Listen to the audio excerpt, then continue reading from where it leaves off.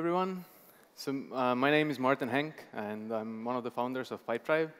And we heard about sales just now. And what do you know? We make sales software. You might have seen our logo if you like coffee, but we're not actually producing coffee. So it just kind of fits our internal slogan that is coffee is for closers only. So I'm one of the founders. I'm VP of product. I'm now residing in Lisbon. And I'm going to talk about fireballs and also scaling Agile teams. So Pipedrive has grown a lot in terms of headcount. And when I went into the product organization a little more than 3 years ago, there were only a handful of people. And we started with questions like, well, what is a product manager anyway? And now we have a group of more than 30 people, of product managers, designers, researchers, and we have more than a dozen product teams shipping product in parallel. And we learned a couple of things during these years, and I'm going to share some of these learnings with you, and also talk about fireballs. So some of these learnings have been very personal, like how to be less of an asshole. So when I moved back to Tallinn and took over the product manager position, I had to tune back my enthusiasm a little bit. So I still remember the faces of the designers that had to witness me and some other product managers just screaming at each other. Our faces all red, really eager to shout over each other. Now looking back, probably some trivial issues, but seemed really important at that time.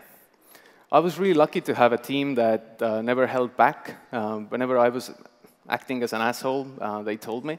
So I was able to kind of reflect on that and hopefully also improve. Some of the other lessons were more organizational. So when we told our advisor, Ott, that we want to split the company and move some of the product-minded founders to Silicon Valley, he said, "You guys are idiots." We were like, yeah, maybe, but we still want to do that. So he said, you need to get your stuff in order in Tallinn before you move away. And the solution is to hire this guy called Sergey that looks exactly like Jason Statham. He doesn't take any bullshit, and he will fix your stuff. So we did. It was a really tough hire, but we were able to get Sergey on board. And he came in. And indeed, he filled everyone's calendars with these Scrum ceremonies. Funny-sounding events like grooming and retro, and other like good events like that. And we thought we were doing Agile before. But really, OK, yeah, we were shipping early and often, but that was really the only Agile thing about our process, or lack of it. The rest of it really was a big mess. So Sergey came in, and he fixed that. He got everyone to do proper Scrum sprints and all that. And since we only had one team at a time, it went rather smoothly.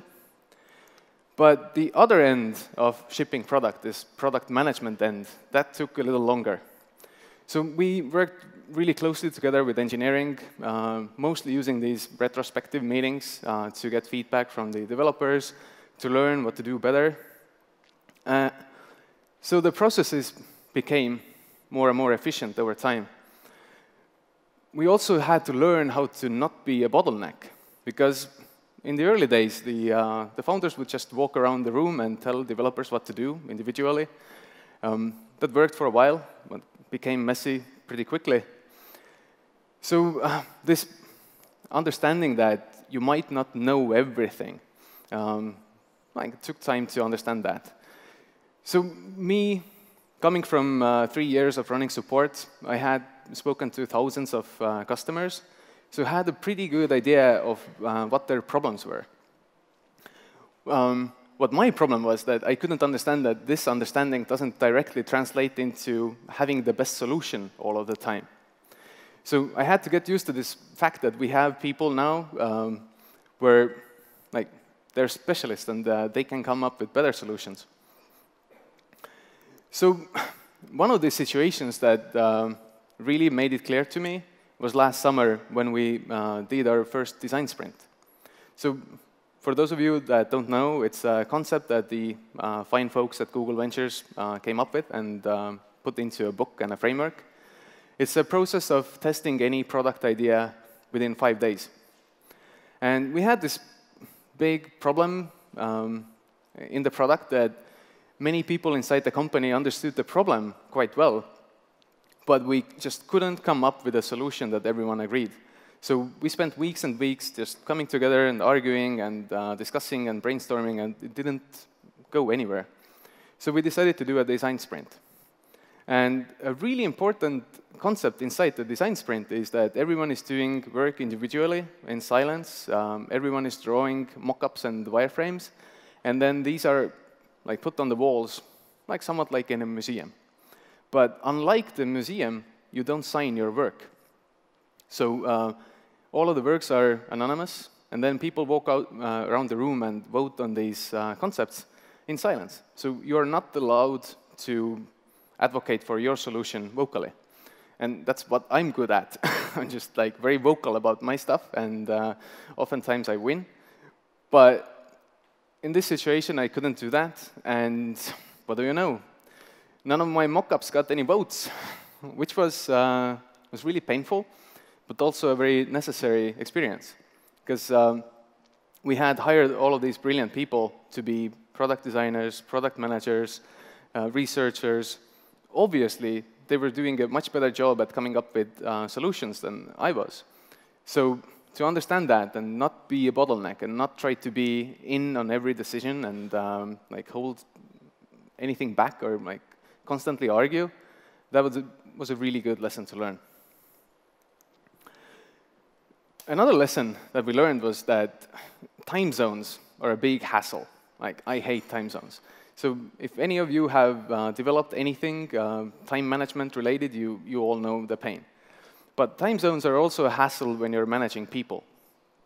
So 3 years ago, when we got the Scrum stuff worked out in Tallinn, we thought that we could run all of it from California. So the product-minded founders being in California, the rest of the product team being in Estonia, time difference is 10 hours. And we hoped we would make it happen. Turns out we were wrong. It was horrible. No matter how much coffee you have, a 6 a.m. meeting is never going to be very efficient. And on the other hand, like people doing 10 p.m. calls in Estonia wasn't nice either. So it wasn't working. It was really inefficient. Like every time we got something back from Tallinn, we had already changed our minds and I told them, like, okay, you need to do something different. So yeah, it was awful. So I moved back to Tallinn, realized that we could get stuff done in 2 days that normally would take more than 2 weeks. So I decided to stay. And in the long run, we actually ended up closing down our San Francisco office altogether and moved it to New York. 7-hour time difference is still a time difference, but at least there's an overlap. Kind of a crazy thing for a SaaS company to do, to close down your Silicon Valley office, but we did it. We're happy with that choice. It's working much better now. So most of the problems that we have encountered during this scaling phase have had solutions. So you have a problem, you read something online, you fix it, you put in a lot of effort, and there's usually a solution, and then you go forward and you meet the next problem. But there's this one problem that has come up all the time, and we haven't, until now, really found a solution over the years. And that's how to get the product vision out of the brain of the founders. And we've tried many things. We've written down the product vision many times. And that's kind of like a tricky thing to talk about, because one of the product-minded founders actually has had several brain surgeries during this time. But I promise it has nothing to do with getting to the product vision. So what exactly is the problem? The problem is that we have now more than a dozen product teams all working in parallel. Each of these teams has their own topic, their area in the product that they are responsible for, and they learn more and more about that area. And they become more and more independent.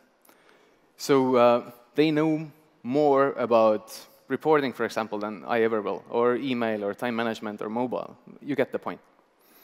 So our designers and product managers are talking so much more to the customers. They're like making calls, they're visiting there in the office, doing job shadowing. They are drawing all of these graphs. So the designers are spending so much more time today talking to customers and drawing these diagrams and building these crazy-looking contraptions on the walls of the office with like red thread. It kind of looks like, yeah, I don't want to say how it looks like, but it's pretty amazing, really. So they learn more and more about the customers, and we should enable them to make these decisions. So like what to work on next, and what is the best thing to do now. So how do you make sure that it all doesn't end up in a mess if you have a dozen teams working in parallel and making their own decisions? Because honestly, a couple of years ago, when I started reading about these independent product teams in bigger companies, I thought they were out of their minds. I mean, they either didn't know at all what they were doing, or they didn't have enough product-minded founders to take care of everything. It's like, honestly, like, how do you make sure that people don't just build a big bunch of loosely coupled features that don't combine into a nice product? I mean, like, it's so easy to mess up the product.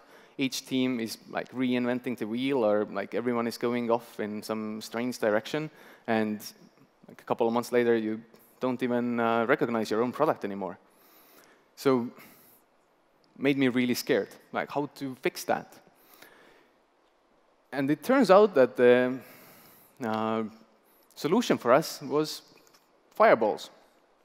That's right. So we at Pipedrive are now using fireballs to communicate the product vision to the entire company, so that all of the product teams can be independent and make their own decisions, while at the same time making sure that everyone is still like moving towards the same goal and building the same product.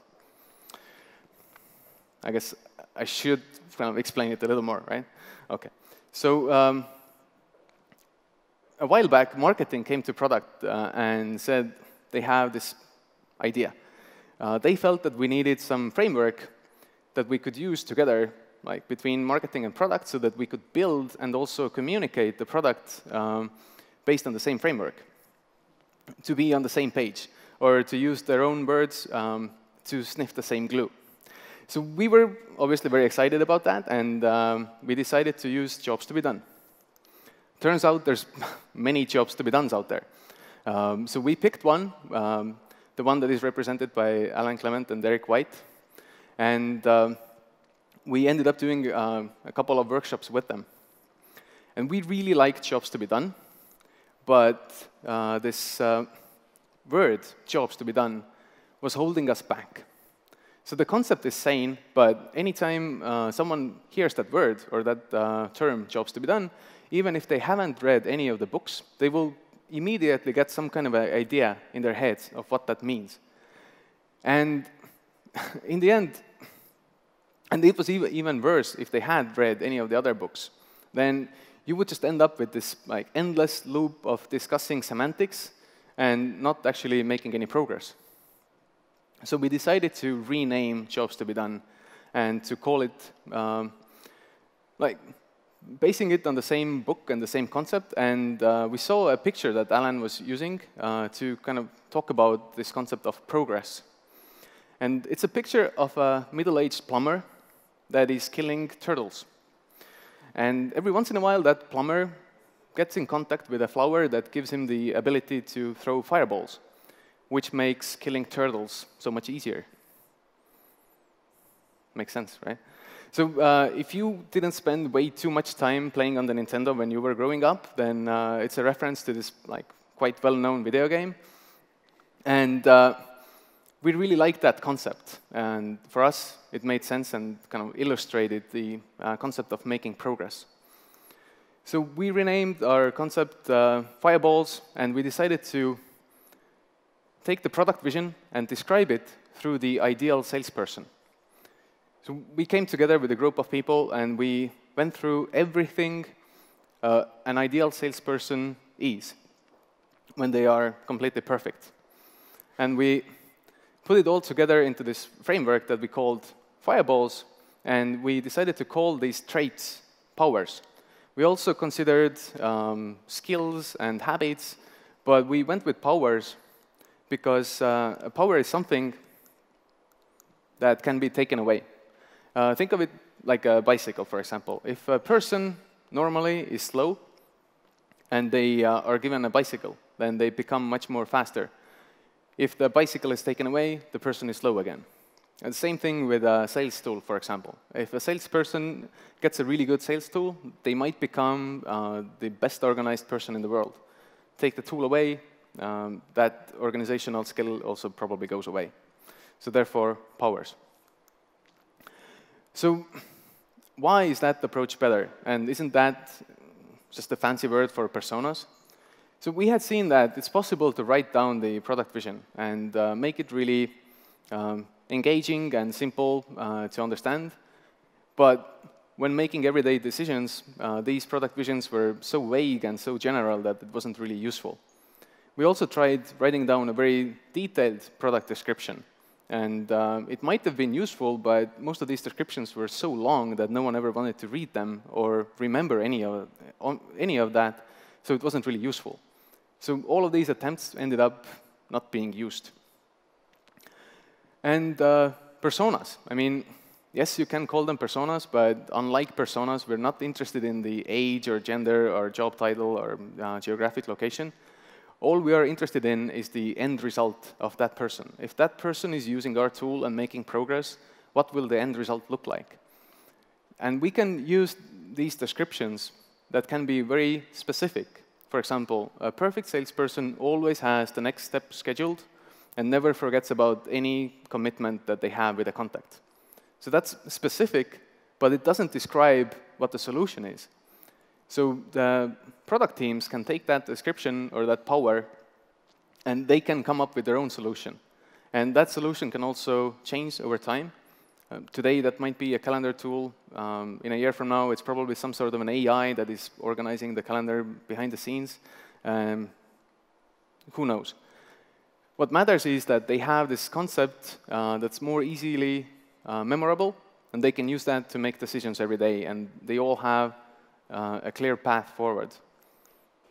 And we have taken each of these powers and produced these illustrations and descriptions that go through everything that we know about the perfect salesperson and how that person should be like. And we have produced these illustrations and are putting these into a book. We have the first booklet ready, and we're distributing that in the offices right now. So every person working at Pipedrive can go through this book.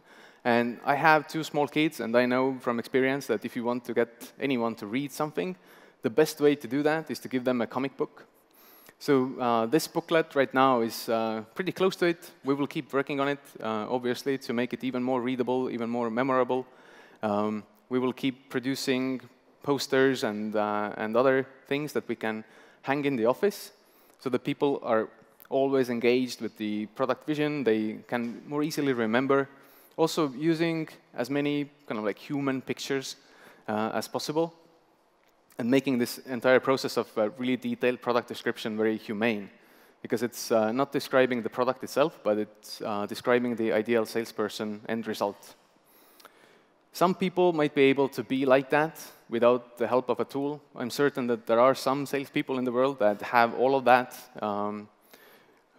without any help of a tool. Most people need some help in at least some areas. So that's how it looks like. This booklet, that's the first step on the road to having this like unified product vision in front of everyone's eyes. And yeah, we keep going. And I truly believe that that's the solution to having dozens of product teams working in parallel, being as independent as possible, while at the same time maintaining this unified product vision, going in the same direction, and building that same tool. Thank you.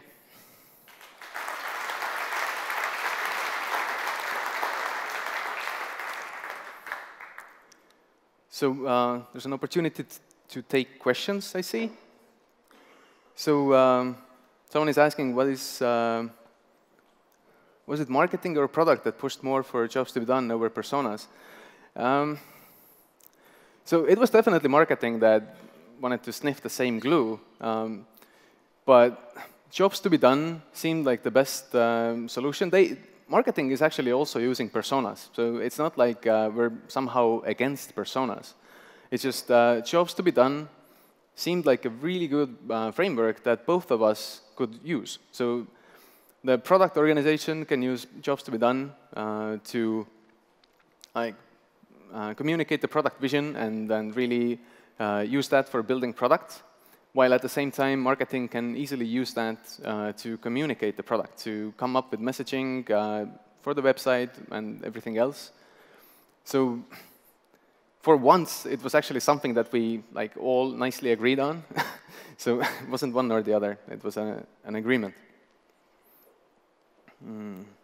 So another question is, how did you apply Clement's ideas into practice? The concept of progress is great, but the book's ideas around struggle, pull, push, etc. look complex. Indeed.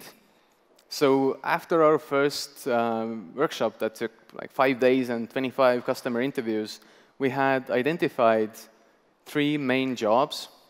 And the end result was great in terms of communicating the product to our customers. Taking these end results and these jobs and communicating based on that. But then the product team was kind of like, now what? So we have these jobs, yeah, get organized and scale and improve and all that, but it wasn't specific enough to actually be used when making product decisions. So we did another workshop with them. They came to Tallinn this time, and we tried to do kind of feature mapping, taking these jobs and mapping features to these jobs and to get more specific. And the end result was better, still not there. So we did another workshop, this time without them, but we gathered together founders, marketers, designers, and product managers. And we spent 5 days again plastering about 1,000 Post-it notes on the walls and gathering together and going through this pretty painful process. And then when we came out with the fireballs, the powers, then that actually became much more actionable, where you have these slightly more specific powers that you can map to features, and then you can also say which powers Pipedrive kind of helps you with and which powers we're not helping at all. And you can also see that, yeah, we're not really doing that much in many of the areas. There are some things that Pipedrive is really good for, but other areas are kind of lacking in terms of helping people develop these powers. So that's when Fireballs was born. Going through this process long enough and becoming more specific and including more and more product people until it actually became actionable. So it doesn't do the job for you, but now with the booklets and the information and the posters that are coming, I believe that the product organization is much better equipped making these decisions based on that framework. So the next question is the product vision document available externally? It's not. I'm not sharing it. I didn't include much of it in the talk either. I'm sorry. That's based on so much work that we have done, and I'm considering that our kind of IP. So yeah, we're not sharing it externally. It's internal only, but it is really interesting indeed. I'm sorry. So go through your own process. I mean, unless you're a direct competitor, you wouldn't really you couldn't really use that. But then again, there are a lot of direct competitors out there. So yeah, we're not eager to share that document externally. So another question about competitors is how do you deal with new competitors, products and features? Yeah, that's a good question. I don't know, we hate them, ignore them, cry in the corner. I don't know. It's, we usually are pretty good at ignoring our competitors. We have our own vision. It's clearer now than ever using that same framework. We keep building our own stuff and worrying about our own stuff. There were 200 competitors when Pipedrive started 7 years ago. Everyone said that we're totally stupid to start another CRM company. Who needs another one? there are like even more competitors today. Like, yeah, what can you do? That's life. But yeah, we're not worrying too much about it. So I'm running out of time. The thing is blinking red. So thank you again, and see you around.